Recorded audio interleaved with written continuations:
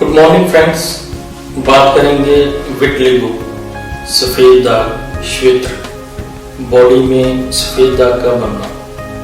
हर एक सफेद दाग फुलबेरी नहीं होता। फुलबेरी के अलावा भी सफेद दाग हो सकते हैं। कई ऐसे डिजीज हैं जिसमें सफेद दाग होते हैं और लोग ये समझते हैं फुलबेरी है, और कई सफेद दाग जो फुलबेरी होते हैं लोग समझते हैं ये मामूली सा दाग है।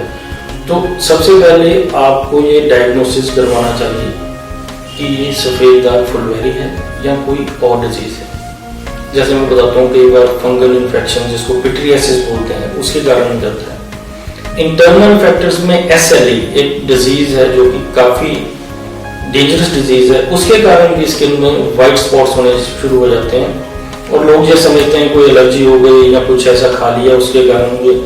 सबसे पहले आप प्रॉपर डायग्नोसिस करवाएं कि ये सफेद दाग क्यों हो।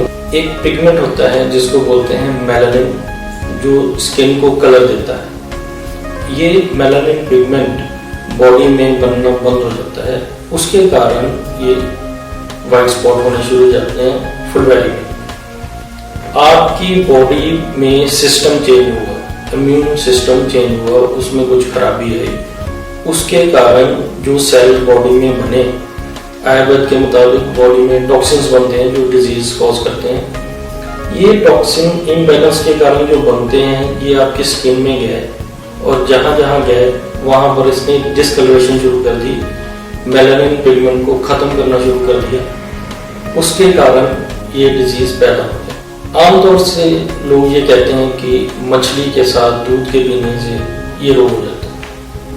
तो आप में काफी सारे लोग ऐसे होंगे जो मछली के साथ दूध नहीं पीते।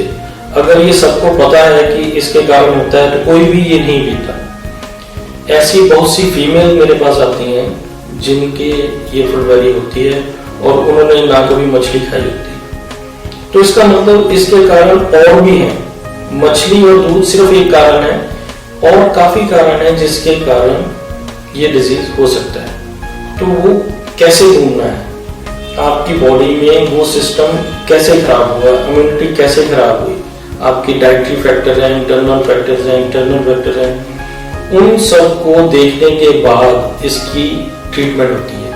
तभी तो कहते हैं कि आयुर्वेदिक जड़ से चिकित्सा है। जड़ से चिकित्सा क्यों?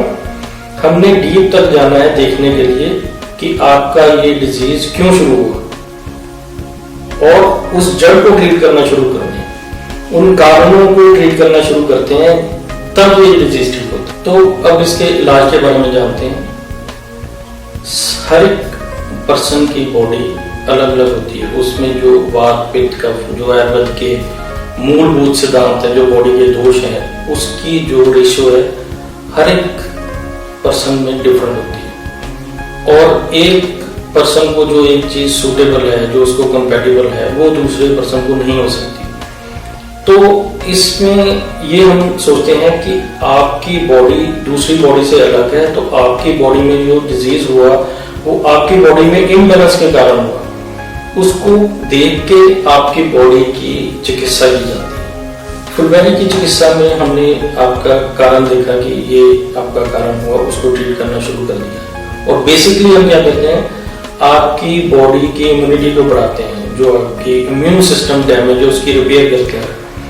जो सेल्स या टॉक्सिन्स आपकी स्किन में जाके उस पिगमेंट को खत्म करते हैं, मेलानिन को, उनको मेलानिन खत्म करने से रोकते हैं।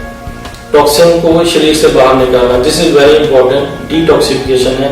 और हम मोस्ट ऑफ द केसेस, कोई भी केस स्किन का होता है उसमें डिटॉक्सिफिकेशन करते ही करते हैं। आयुर्वेद ये कहता है कि आपकी बॉडी में टॉक्सिन्स बनने से ही डिजीज हुआ, तो उस टॉक्सिन्स को बाहर निकालना बहुत ज्यादा इंपॉर्टेंट है। जब तक टॉक्सिन्स आपकी बॉडी में रहेंगे डिजीज रहेगा। डिटॉक्सिफिकेशन बड़ी इंपॉर्टेंट है।